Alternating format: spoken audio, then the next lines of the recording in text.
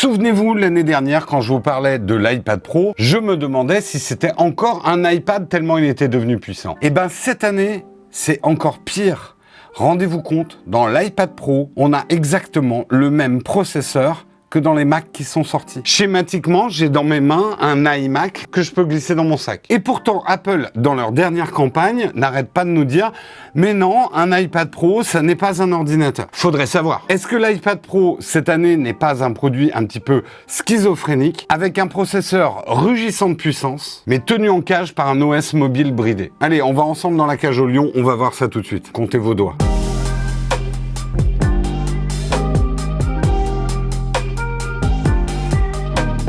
C'est vrai que Apple, cette année, est vraiment pas clair dans sa com. D'un côté, on a vu Tim Cook jouer les montes en l'air, aller voler un processeur M1 dans un Mac et venir le déposer dans un iPad. Donc là, on s'est dit, ok, c'est cool, l'iPad, c'est vraiment devenu un Mac, il n'y a plus que macOS à mettre dessus. Et derrière, ils nous font une campagne de pub en nous disant bien, votre prochain ordinateur, bah c'est pas un ordinateur. Alors, on a bien compris, Apple, vous ne mettrez pas macOS sur un iPad. Techniquement, vous pourriez le faire, puisque c'est le même processeur, mais Apple veut vraiment faire deux outils différents. L'iPad Pro d'un côté, les Mac d'un autre, qui peuvent arriver au même résultat, qui peuvent faire les mêmes choses, mais de manière différente. Et ça, on a déjà fait plein de vidéos sur le sujet. Je vous ai montré comment la productivité sur un iPad Pro était complètement différente de la productivité sur un Mac. Ça dépend de votre métier. Allez voir mes vieilles vidéos. Et me faites pas chier.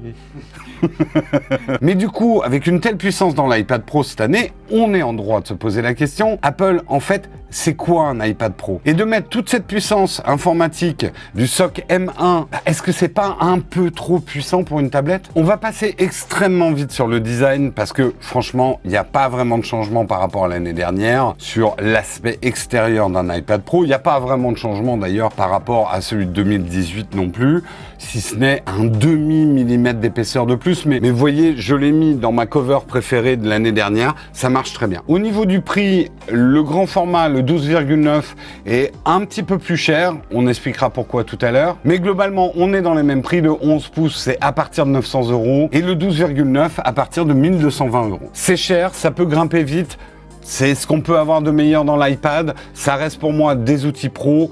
N'achetez pas ça pour regarder du Netflix. Enfin, après, vous faites ce que vous voulez de votre argent. Mais je sais que pour moi, c'est vraiment mon outil de productivité. Donc, j'ai pas de problème à investir cet argent puisque je fais quasiment toutes mes tâches informatiques dessus. Comme je vous l'ai dit tout à l'heure, l'année dernière, avec la puce A12Z, on avait déjà un énorme apport de puissance. Et franchement, pour moi qui l'utilise tous les jours, 80% de la journée, je n'ai jamais eu de problème de puissance. J'en ai jamais eu besoin de plus. Donc, quand Apple a annoncé qu'ils amenaient le SoC M1 sur l'iPad, pour moi, ça ne pouvait dire que deux choses. Soit Apple se décidait à apporter macOS sur l'iPad, ce que je ne veux surtout pas et je suis très content qu'il ne l'ait pas fait. Tout ça, je vous ai expliqué ça l'année dernière. Soit Apple avait complètement réécrit iPadOS pour profiter de cette nouvelle puissance. Car même s'il y a quelques années, iPadOS s'est affranchi d'iOS, ça reste fondamentalement un OS mobile, avec en héritage pas mal de choses qui lui viennent de l'iPhone et des vieux iPads et des limitations qu'ils avaient. Par exemple, une gestion ultra parcimonieuse de la RAM qui, dans certains cas, limite la puissance d'un iPad. Alors je sais, certains vont me dire oui, mais dans les faits, le M1 est une évolution du A12, des processeurs, des iPhones et des iPads. Vous avez raison, et d'ailleurs, Apple nous a quand même fait un joli tour de passe-passe. Il y a 2 ans, ils nous ont expliqué qu'ils avaient pris les puces mobiles des iPhones et des iPad pour faire une super puce d'ordinateur qui consomme vachement moins ARM, etc. Et cette année, ils nous disent qu'ils ont pris cette puce et hop, ils vont la remettre dans l'iPad. La question qu'on peut se poser, c'est pourquoi Apple met une puce M1 dans un iPad? À mon avis, il y a 2 raisons essentielles et elles sont économiques. D'abord, le M1 est tendance, c'est très trendy le M1, ça se vend très bien en ce moment, Apple est en train de grappiller des parts de marché de partout, donc avoir un iPad Pro M1, c'est classe. Mais la raison essentielle, c'est les économies d'échelle pour Apple, de pouvoir mettre la même puce ou la même architecture dans finalement tous ces objets informatiques. Et d'ailleurs, moi je suis à peu près sûr que l'année prochaine, il y aura un M1 dans l'iPhone, ou dans 2 ans peut-être. Ça va permettre à Apple de faire des sacrées économies au niveau recherche-développement et comme ça d'augmenter leur marge. Et ça, ils aiment bien augmenter leur marge. Donc, on pourrait en conclure, comme c'est la même famille, que finalement le M1 n'est qu'une petite évolution du A12Z de l'année dernière. Eh ben non, on se trompe. c'est une grosse évolution de puissance. Tous les benchmarks le montrent, l'iPad Pro M1 est aussi puissant que les Mac M1 qui sont sortis. Et ça devient complètement fou. J'ai 16 Go de RAM dans cet iPad, alors qu'il n'y a même pas 2 ans, avec 4 Go de RAM, il ralentissait jamais, tout était bien. Petite remarque pour ceux qui sont déjà en train d'écrire dans les commentaires, ne comparez pas la RAM d'un Mac, d'un PC, d'un Android ou d'un iPhone, c'est pas du tout géré pareil.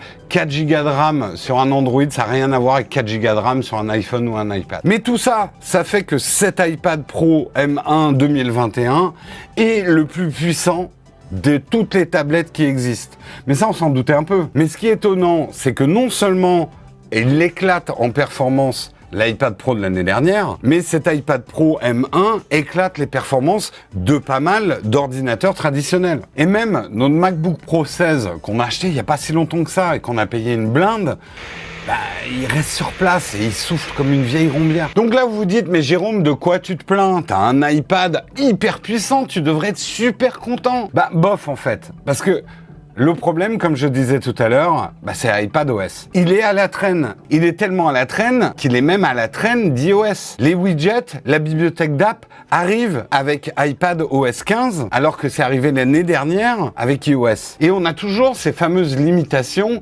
qui viennent de ces liens de parenté avec iOS et son ADN ultra mobile. Apple n'a pas profité ou n'a pas pris le temps pour développer un iPadOS qui serait digne de l'arrivée de ce processeur dans cette tablette.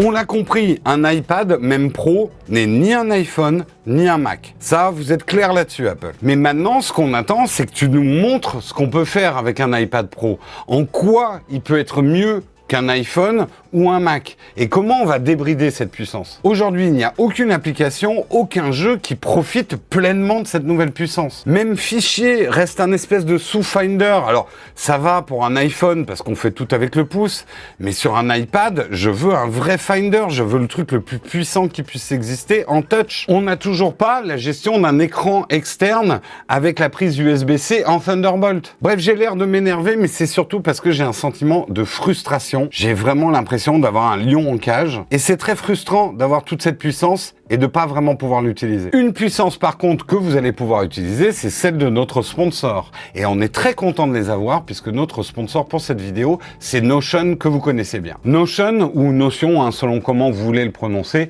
Je sais que certains d'entre vous le connaissent bien, l'utilisent déjà. Mais pour ceux qui ne connaissent pas, Notion, c'est un espace de travail tout en un. En un seul endroit, vous pouvez tout faire, prendre des notes, écrire, planifier et du coup, tout organiser. Le plus gros avantage de Notion, c'est d'être très malléable, très paramétrable et du coup il va vraiment s'adapter quel que soit votre métier, quels que soient vos besoins. Vous allez vraiment pouvoir faire votre Notion. De l'étudiant qui va utiliser Notion en solo pour organiser ses cours jusqu'à une plus grosse entreprise, Notion va vous permettre de paramétrer très finement et de manière granulaire les outils qu'il vous faut et ça va augmenter énormément, croyez-moi, votre productivité et votre organisation. Chez Nowtech, il n'y a pas si longtemps, on utilisait un autre outil d'organisation, mais justement, on a pu le faire migrer très facilement dans Notion qui a des outils d'import, retrouver comme ça notre organisation habituelle, mais en l'améliorant. Avant, il y en avait un peu de partout. Maintenant, on peut tout regrouper dans Notion, de la moindre trace d'écriture d'une vidéo, des moodboards et des recherches qu'on fait pour les vignettes, en passant par des comptes rendus de réunion, mais aussi, par exemple, des bases de données qui nous aident à gérer les produits qu'on va présenter en live. Donc ça, c'est déjà bien. On a tout regroupé au même endroit, mais en plus, tout ça est lié dynamiquement. Par exemple, pour organiser une vidéo, on va relier les informations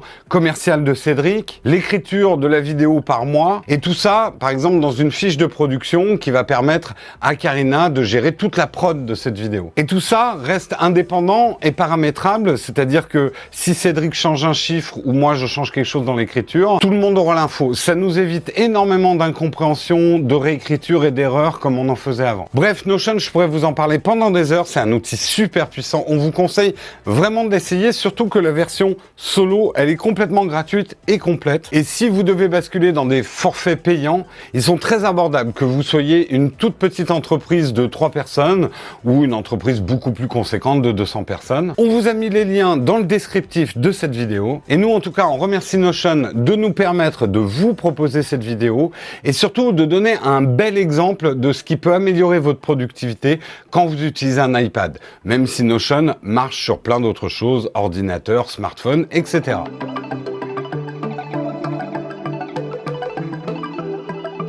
Alors bien sûr, l'arrivée de tous ces cœurs, de toute cette RAM, c'est pas les seules différences. Il y a quand même des nouveautés. Le port USB-C, bon, dans l'absolu, j'en aurais aimé 2, mais celui-là devient Thunderbolt. C'est une bonne nouvelle pour certains, ça va permettre la gestion partielle d'écrans très puissants. Ça va permettre également de gérer des SSD externes pour faire du transfert de fichiers à haute vitesse. Et pour certains, ça va permettre de se connecter à des Ethernet très rapides. Donc c'est un bon ajout pour le côté pro de l'iPad. Au niveau des caméras, moi j'aurais vraiment aimé qu'ils en mettent 2, puisque l'iPad, je l'utilise autant comme ça que comme ça. Ils l'ont pas fait, mais cette année, la caméra de façade est ultra wide. Ça va permettre, en cette période où on a beaucoup besoin de la visio, de pouvoir faire des visios avec un plus grand groupe. Mais ce qu'ils ont mis de plutôt malin, c'est que ça va permettre aussi un tracking du visage de manière logicielle, qui est plutôt bien foutu. Mais bon, c'est quelque chose qu'on avait déjà vu ailleurs. C'est un bon ajout et qui, mine de rien, a quand même une importance. Moi, je sais que vraiment mon iPad Pro, c'est mon outil de visio. Je fais certains jours 2-3 visios d'affilée et ça permet de les rendre quand même plus agréables. La grosse nouveauté, à part le processeur M1, sur la version 12,9 pouces uniquement, c'est une nouvelle technologie d'affichage. On a du Liquid Retina XDR Ultra Plus.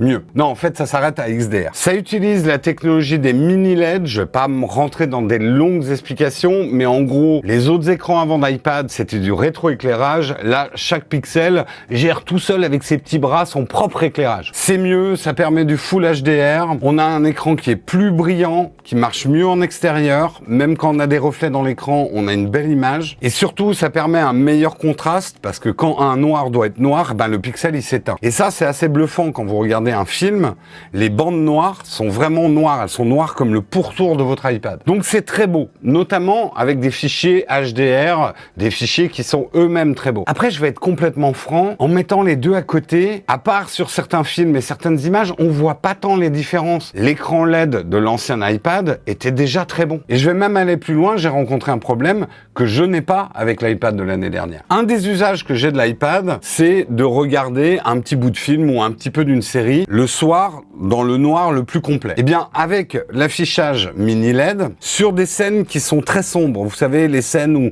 on voit pas tellement la lumière, j'ai d'abord un problème de blooming. Le blooming, c'est le halo de lumière qui va venir autour de pixels lumineux qui sont sur une surface sombre. C'est très difficile à vous montrer, ça crée un peu une impression un petit peu bizarre de brillance, et ça arrive surtout quand on n'a pas l'image bien en face, si on regarde un petit peu comme ça. Mais le plus gros problème, et ça c'est survenu notamment sur certaines vidéos qui sont mal compressées, dans les surfaces très noires, les pixels vont s'éteindre, et du coup j'ai des espèces de masses noires qui bougent dans la vidéo. Ça n'aurait pas d'importance si c'était une télé, parce que ça serait loin, je le verrais pas, mais un iPad, c'est quand même un écran qu'on tient très proche de son visage. Donc c'est pas un problème très grave, ça n'arrive pas sur les scènes très lumineuses, ça n'arrive pas avec les films de bonne qualité en HDR et tout ça, mais ça arrive quand même avec certains fichiers, et surtout, ça ne m'arrivait pas avec l'iPad de l'année dernière. Et je pense pas qu'Apple pourra y faire quelque chose. C'est la technologie mini LED. Je suis pas certain qu'elle soit super bien adaptée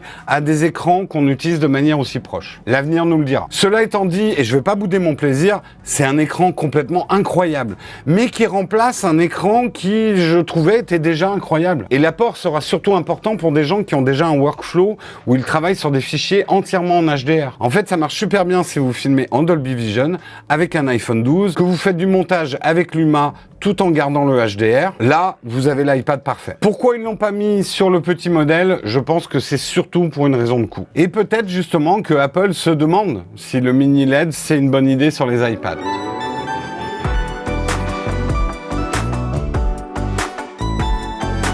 Pour résumer un petit peu tout ça, l'iPad Pro reste un outil informatique formidable pour ceux qui sont convaincus qu'un iPad est un outil informatique formidable. Le modèle M1 est incroyable de puissance, mais quelque part, inutilement puissant. Si vous avez un iPad Pro de l'année dernière ou même de 2018, aucune raison valable de changer. Et comme je le disais, il ressort de mon test de l'iPad, là, depuis quelques jours, que j'en veux plus. Je suis frustré. Je me sens comme un lion en cage. Ah mais c'est pas un lion ça. Hein. Ouais, c'est un petit lion. C'est un petit chat. Non, c'est un... Un chat. Bon, bref, l'iPad Pro M1 est taillé pour le futur, mais le futur n'est pas encore là. Je vous conseille vraiment, avant de l'acheter, d'attendre que Apple ait fait évoluer iPadOS. Moi, là-dessus, je veux des jeux AAA. Alors, c'est bien qu'ils aient adapté Divinity, mais Divinity, ça a quasiment 5 ans.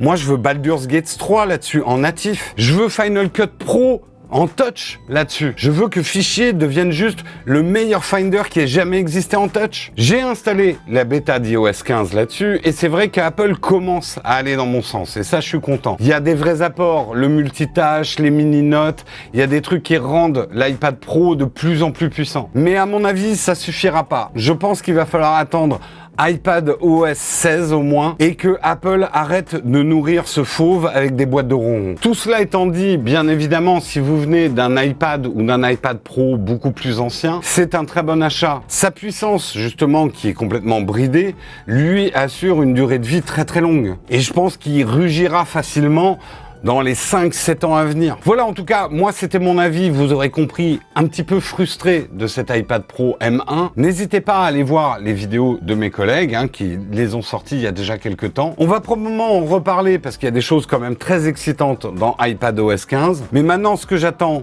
c'est vos avis. Est-ce que vous êtes en période de renouvellement de votre iPad ou est-ce que vous êtes en train de vous demander si un iPad Pro a une place dans votre vie? Et si cette vidéo vous a été utile dans vos décisions d'achat, n'hésitez pas à la soutenir, vous savez comment faire. N'hésitez pas à la partager. Comme je le dis dans un peu toutes les vidéos, on a besoin de vous pour que la chaîne puisse continuer à exister. Et sur ce, je vous dis à très bientôt dans la prochaine vidéo si je me suis pas liquéfié d'ici là.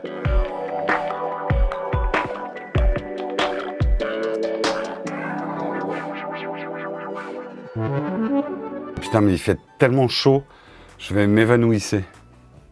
Voilà, c'est les tournages de l'été. Mais je fais mieux le dragon que le lion.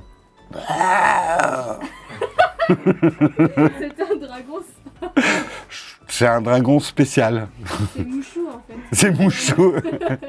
Et moi, je mets la main de Karina à couper que... Je vais essayer de faire passer parce que je suis pas très sûr. Bah, bof. En fait, le problème, c'est justement... Ah ah, vous savez pas quoi? Eh ben moi non plus.